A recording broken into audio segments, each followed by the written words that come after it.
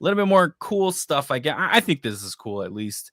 Things that we're trying out with other creators. So I think John's going to be bringing it up here on the screen. Working on it. We're in the process of doing a collab with the Veteran Miner. If you guys have not seen any of his YouTube videos, go check him out. He's also on Twitter. The Veteran Miner. He is into for the lack of better saying, he's into PCIe cables. So he likes cables. So we sent him a Bitmain power supply, one of the more common power supplies that are out there for ASIC miners.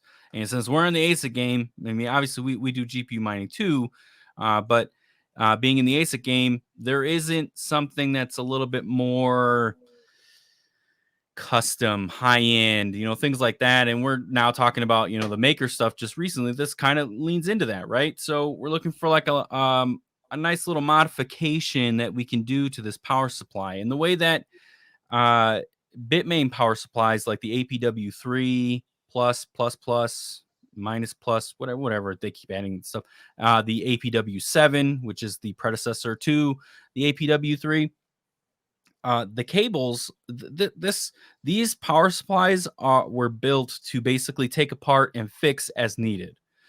So if there's something wrong, it's unscrewing something versus like having to really get in there. There are some pieces in there that you got to like resolder and things like that when you get into the real guts of the power supply.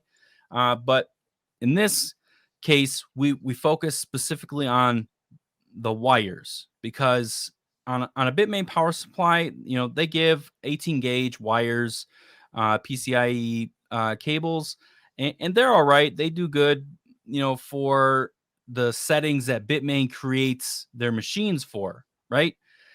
So what we did is we asked the Veteran Miner, hey, I know that you like 16 gauge. That's mainly what you do. We want to see if we can get something in the works to where, something a little longer maybe, or even I'm going back and forth. We asked him to do something a little longer for the PSU that we gave him, but going forward, we might just do the same length as what Bitmain provides. One, we have put these on machines like the L5, and we have literally burnt wires because we're trying to mess with the settings and get a little bit more hash out of something within the specs of what these power supplies should do, right?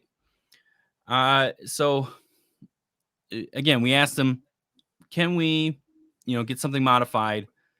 And yeah, let's see if we can get this. So here's him testing it just to show. But these wires, they're all on eye hooks. So basically you can screw and unscrew and swap these out as like a neat little modification going forward. And so here it is. This video is testing it out for us. He has it connected to risers. Obviously, we're going to be connecting it to a ASIC miner as soon as we get it back from him. I know, right? All the different colors. Like some of them have lasers and things, scales going up and down. It's pretty crazy. But yeah, we felt that this is a little mod that would be neat. We're talking to him about maybe taking this to scale also. So we'll see about that.